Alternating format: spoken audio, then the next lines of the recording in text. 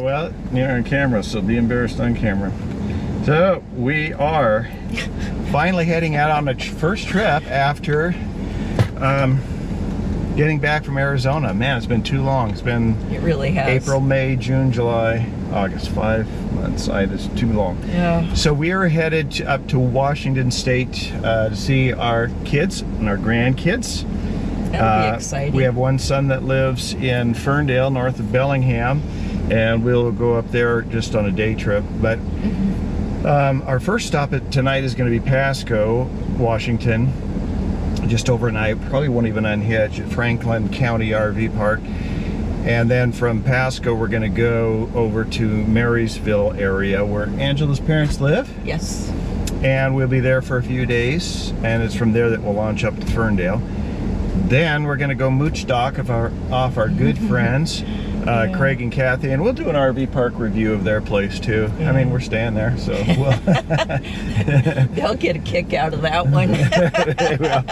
So we are headed out and hope to have a good time. All right, we'll see you in Pasco. Okay, 6 hours after setting out. And here's where we are. Right back where we started from. Wow, do we have a story to tell you. Hang on. You're just not going to believe this story. It is stranger than fiction. If you do believe this story, it probably happened to you before, and I'm sorry. Sorry that you went through this. But it is really strange. So, actually, before we even get into what just now happened, we need to go back in time to how we got here. So when we came back from Arizona in April, it was a year and a half since we've had our Brinkley. And we knew that the wheel bearings needed to be packed because it's supposed to be every 12 months or 12,000 miles, right? Whichever one comes first. We didn't want to do it down in Yuma because we didn't know anybody there, and we have an RV tech here that we like, Hector with RV PLUZ, and so we wanted him to do it. Yep. And when he came out to do the wheel bearings, he showed us that all 4 seals, or I think all 4, maybe 3, had blown. There was grease everywhere inside the hub. If you are mechanically inclined or you've done brakes, you understand. If you're like me, you don't know what I'm talking about.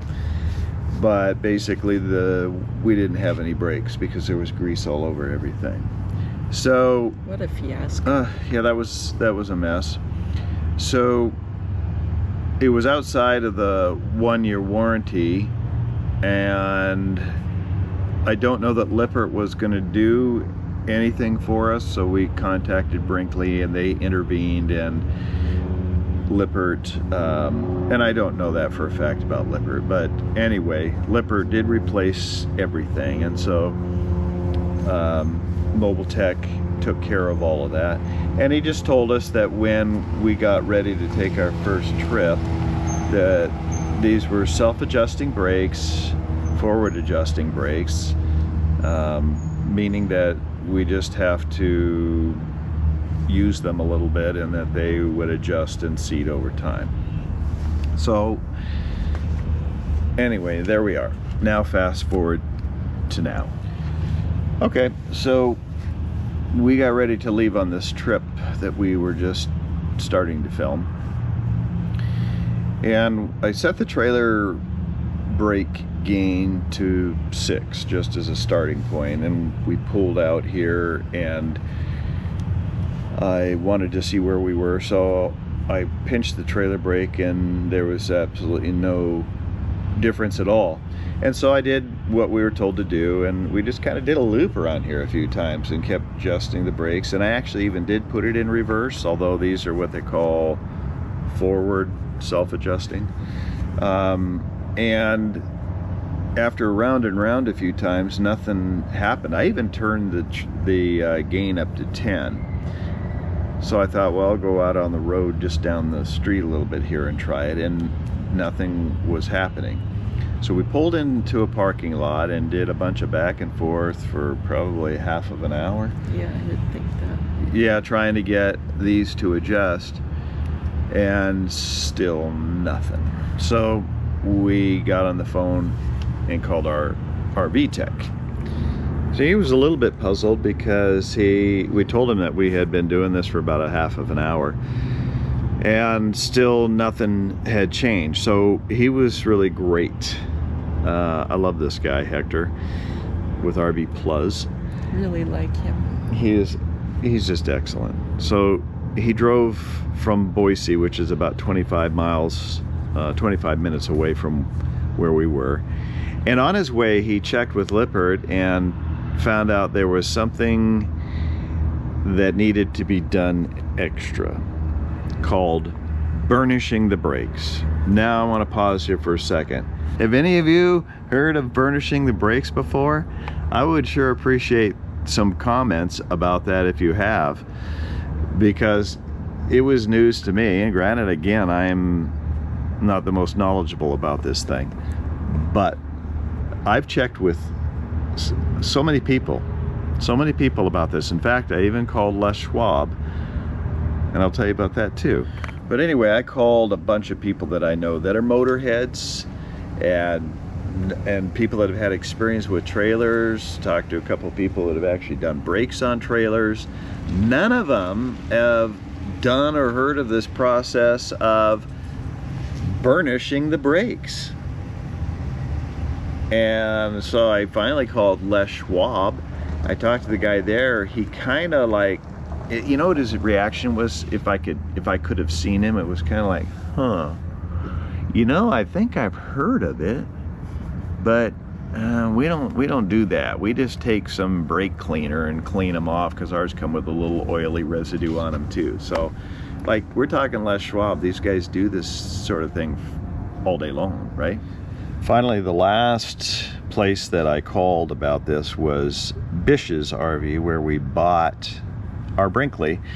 And I talked to one of the service techs there, and he said, yeah, we burnish the brakes here. And I said, really? Gosh, you're like the first person that I have talked to that has even heard of this burnishing of the brakes. He goes, no, we do it. And I said, on all your new RVs? And he goes, yep. I said, every RV that comes in there, you guys drive them out and burnish the brakes? And he said, yep. So I was like impressed. So he sent us the link to Lippert's website on how to burnish brakes, and I'll put the link in the description of this video. YouTube video. Yeah, but it basically goes like this. They give you two options for burnishing brakes. One is the recommended for novices, sort of, and the other one is the more advanced for the experienced technician. And the first one, the one that we did, they want you to go down the road up to 40 miles an hour, setting the gain all the way up. Actually, they say like 8 to 10 volts. I don't even know how you measure volts when you're applying the trailer brake. I mean, this is me. I just squeeze it. That's applying it. I don't know how many volts are going there. There's a gain from 0 to 10, obviously. But anyway, I set it to 10, and they say go down the road 40 miles an hour, and then brake with the trailer brake only, no engine brake, no truck brakes, and get it down to 25 in 1 mile increments. And you do this at least 20 times. You should start feeling something at about after 10, but at least 20 times and up to 50 times. And they say seeing smoke off of your brakes is normal and okay. It's burning off whatever this coating is that's on there that we're burnishing off of there. So first of all, where in the United States is there a road that you can pull this maneuver off? We finally found a loop that we got away with it, only annoying a few people. But you try to get up to 40 miles an hour and then slow down to 25 and don't tick somebody off on the road behind you. Good luck with that. Anyway, so we did this, like they said, we found this loop and we went, it was like a 1.5 mile loop, and we went around and around it. And we did start to notice after about 10 times, yep, the brakes, they were working a little bit better, but we thought, well, we got to keep going on this thing. And after about 18 times, almost to our 20, the truck info dash said no trailer connected or detected. And then I pinched the trailer brakes and there was nothing. All that we had gained, we now lost. There was nothing. So we pulled off to the side of the road, and they were hotter than a pistol, but actually not horribly hot compared to what they said. They said up to like 400 degrees or something. I think maybe we were slightly over 400 degrees.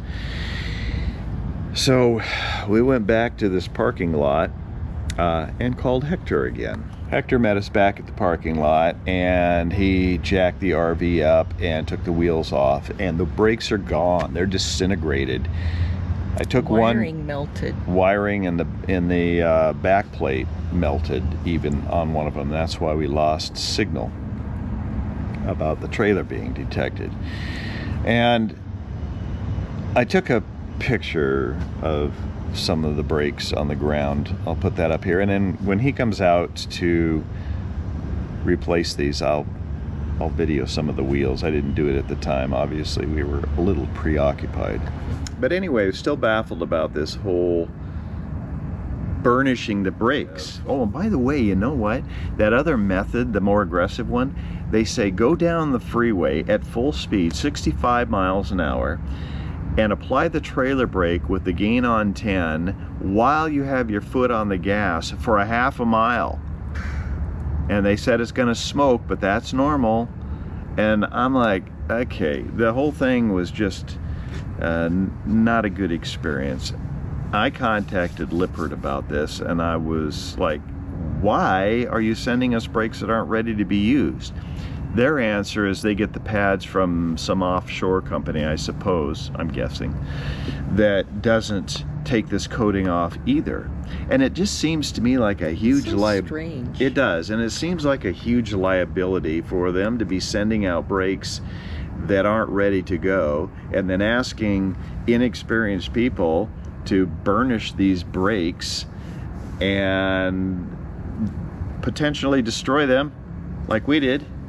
And it just seems like this is just not a good idea. I mean, we're talking about, we got self-driving cars and taxis, for crying out loud, and you can't ship me brakes that are ready to use. So I told this to the guy at Lippert, and he's like, yeah, I get it, I totally understand, wish we could do something about it. And I said, we actually could, you guys could burnish them there, but they're not going to do that. And chances are most dealers don't do that, though Bish's claims they do on their new RVs. So anyway, we're gonna have these new brakes put on here probably within the next week. Lippert did send us into 4 whole new sets. I don't complete. Not just brake pads. Not just brake pads, but the whole brake assemblies, everything to me. Again, I would really appreciate comments from people who have done this. If you know about burnishing the brakes and you're looking at me going, duh, I lost my ego a long time ago. I would like to know about it, your experience with that. And on the other hand too, I mean, if you're in the same position that I am and you're going, huh? Never heard of it. Or you've done trailer brakes before and you've never burnished the brakes and never had a problem, or whatever, you know, you get the idea. Send me your comments, please. I would really like to know, and we'll get some more footage on here after Hector shows up and we've got the new brake assemblies on. Well, oh goody, it's brake day. Hector and crew are out here gonna fix our brakes. RV PLUZ. These guys are awesome. When he gets these wheels off of here, I'll show you what the brakes actually looked like after we went through that burnishing process that burned up the brakes. So we'll check back here in a little bit. So here's our new brakes. Very excited about these, as you can imagine. We had to cancel our month-long trip to Bend, Oregon because of that. And so when we get these on, we reschedule our vacation, and very excited to go on a trip finally.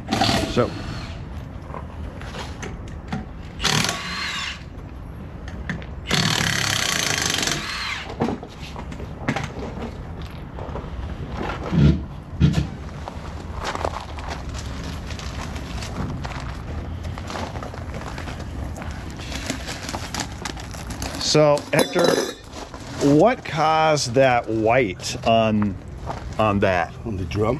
Yeah. Overheating. You get him so hot that it takes that outer coating. Wow. And it turns white. Okay.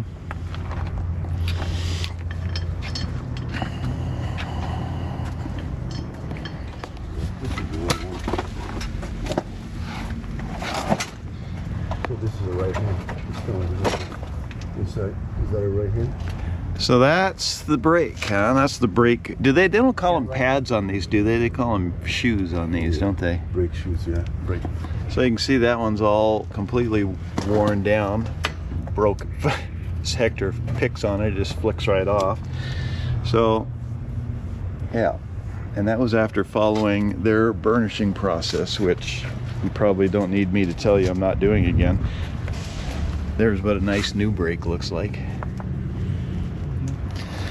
So there's what the new hub looks like, nice and shiny. You can see.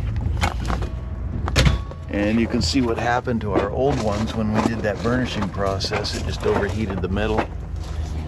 So they're pretty much done with the job, and can't tell anything by that other than pretty tires, huh? But everything looks great. And again, here's a look at the old ones. There's scorched earth on that. Boy, you can just see there's just nothing left of the pad. Hub's turned white.